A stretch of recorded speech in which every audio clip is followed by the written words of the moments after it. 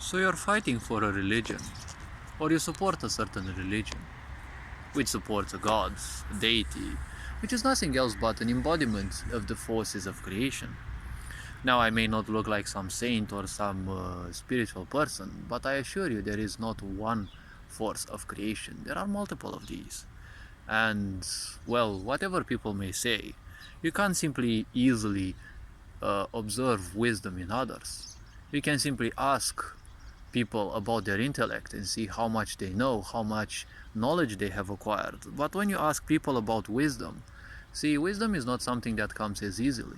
And when you tell certain things, a lot of people aren't ready to accept those, right?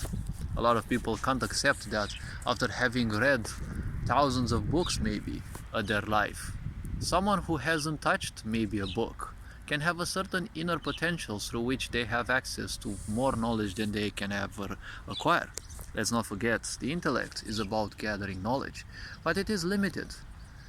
Being, in a way, internalized and connected to secrets of the universe can allow you to unravel things that people will have to spend years of their lifetimes, right? Probably even multiple lifetimes to simply understand at a deeper level.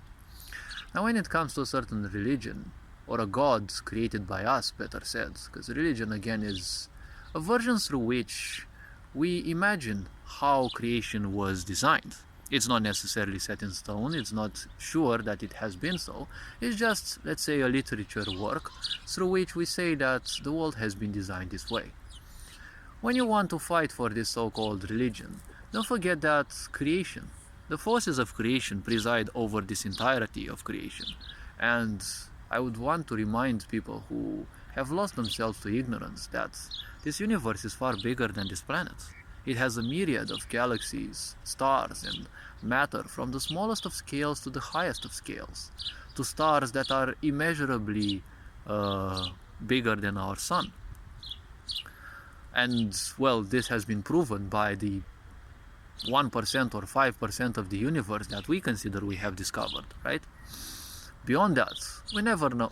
Or, well, up till now, we don't know what lies beyond that, right?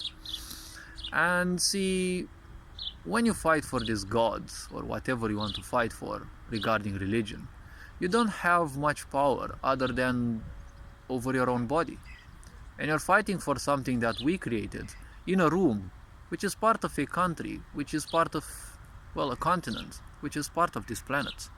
The room where you want to make your opinions heard is probably not even 1/1000th of this planet, which is nothing but a speck of dust. You want to show that you preside over what? A continent, a country, the minds of all people? Well, that won't ever bring you any happiness, because ultimately, creation presides over everything that exists. You don't preside over anything. Your physical body is part of creation, and it will become one with it. You will also become one with it. See, if you want to represent creation this much, creation presides over everything and you're part of it. Do you think creation really wants anyone to simply represent it? Because ultimately, you are part of creation, and not even death will separate you from that. Death will separate you from your physical body, but it will not separate you from creation. A part of you will go on, it will re-embody itself, and, well, it will go through karmic cycles until they are broken and you become one with creation as well. So you can't simply tell people that, creation is a religion and religion fractures people, because creation is all about communion. All things are united at a certain level.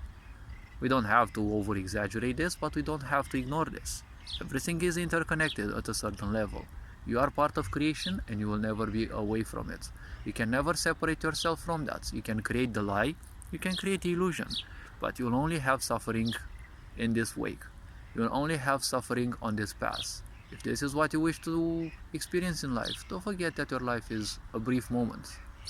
Compared to that of creation, your life is just a brief moment. So why not enjoy some union? Why not enjoy some peace, right? You don't need to fight for creation. Creation hasn't allowed you to exist just for a sole purpose of separation. Whatever you want to do with your speck of life is up to you. How much detrimental you want to be, again, is up to your choice. But don't forget that every action has a reaction. What you do now will echo throughout eternity. This being said, hopefully this video would raise people's awareness at least a bit. Take care, enjoy life. Very John Board signing out.